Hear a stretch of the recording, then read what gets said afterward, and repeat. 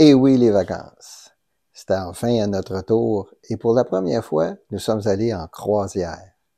Restez à l'écoute, je vais vous donner une idée comment ça s'est passé.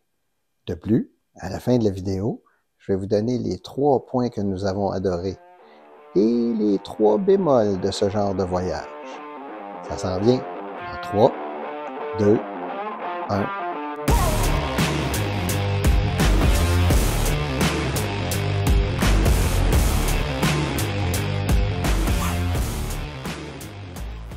Norwegian!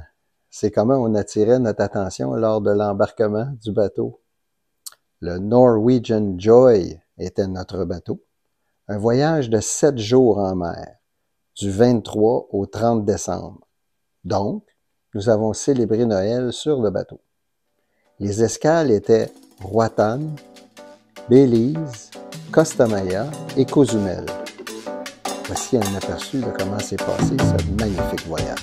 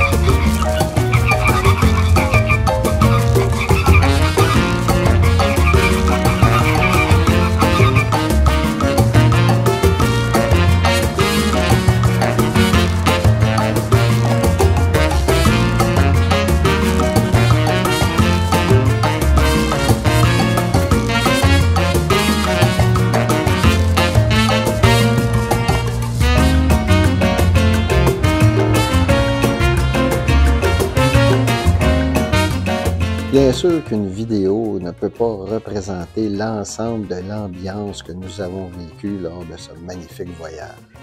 Mais j'espère quand même que j'ai réussi à vous donner le goût. Voici mes 3 bémols sur ce genre de voyage-là. Assurément, ces impressions sont totalement subjective et celle-ci s'applique à moi, mais pas nécessairement à tous. Tout d'abord, le prix. C'est certain qu'une croisière, c'est un peu plus dispendieux qu'un autre voyage, disons, un tout inclus. Après vérification sur différents sites de voyage, un tout inclus pour la même période l'an prochain sera environ 25% moins cher. Mais, on s'entend, pour en avoir fait plusieurs tout inclus, c'est pas du tout le même genre de service, les activités, la propreté des lieux, la qualité des repas, on est largement supérieur sur une croisière.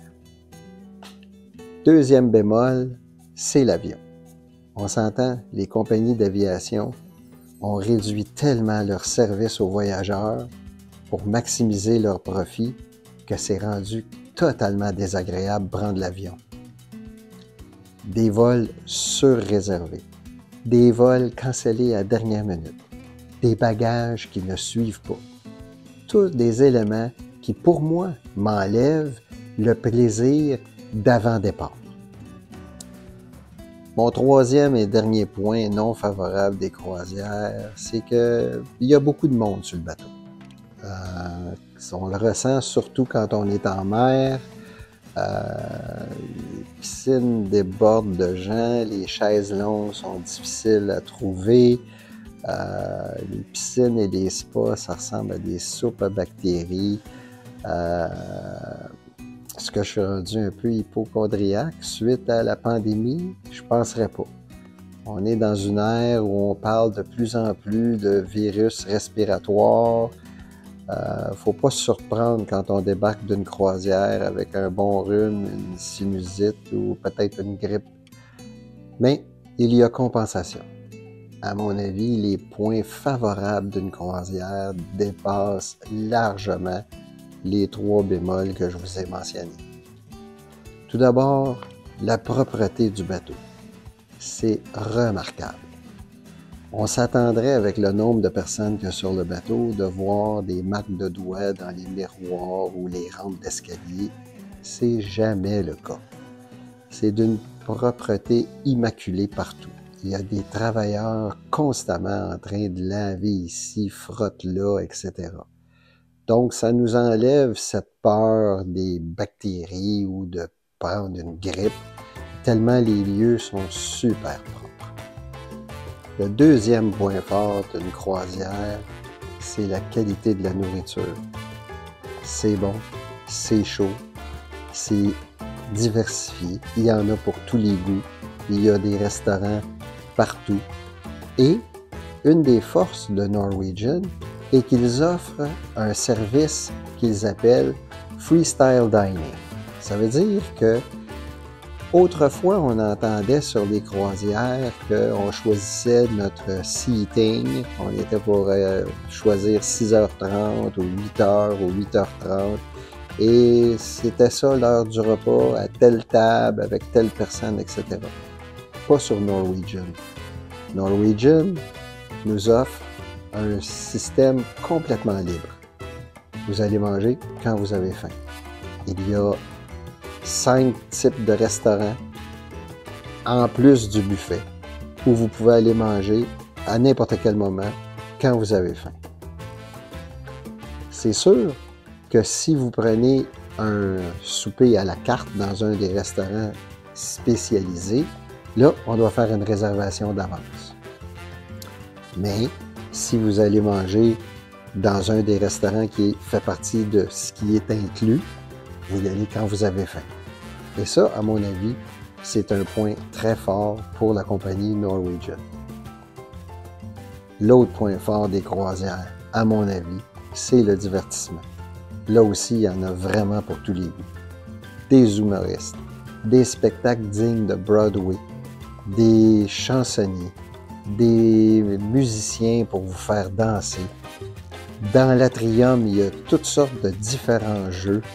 Il y a des salles juste pour les humoristes.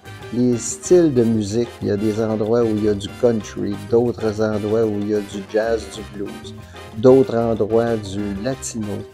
un endroit pour une musique un peu plus rock'n'roll, plus populaire. Il y en a vraiment partout. Si jamais la température ne collabore pas, il y a un théâtre dans lequel il y a des bingos, du cinéma.